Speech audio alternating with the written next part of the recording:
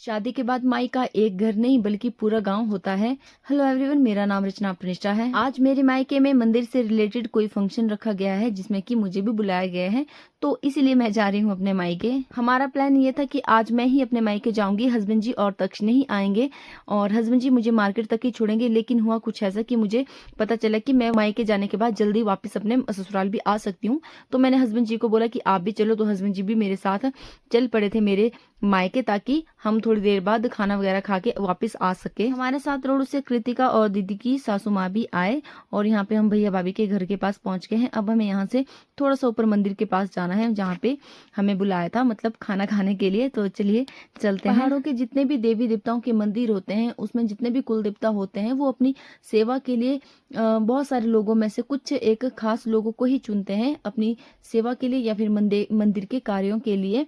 ये है हमारे दादाजी, इनको चुना गया था।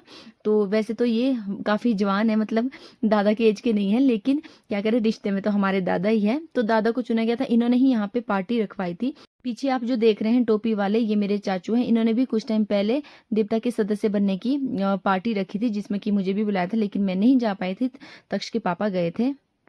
तो यहाँ पे वैसे तो शाम को पार्टी होनी थी, लेकिन अभी जो जो भी जल्दी आ रहे थे वो सभी लोग खाना खा के वापस जा रहे थे। तो यहाँ देखिए, यहाँ है मेरी भाभी, इनको कैमरे के सामने आना बिल्कुल पसंद नहीं है। जब इनको पता चलेगा मैंने इनकी वीडियो ली है तो ये मुझे जरूर डांटेंगे। तो यहाँ देखो, यहाँ है मेरी दादी जो कि बहुत ही प्यारे लग रहे हैं। तो अब दिखाती हूँ आपको दादी। ये है दूसरे दादी जिन्होंने पार्टी रखवाई थी, दादाजी की दादी। तो यहाँ पे देखो, यहाँ तीसरी दादी।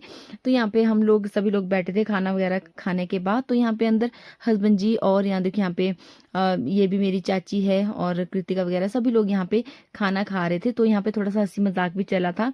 तो हस्बैंड जी और यहाँ देखो दिशिका के बीच थोड़ा सा हम लोग मजाक कर रहे थे, क्योंकि हस्बैंड जी की दिशिका सासू माँ, बुआ सासू माँ ही लगती है। तो उस बारे में हम लोग यहाँ पे मजाक कर रहे थे।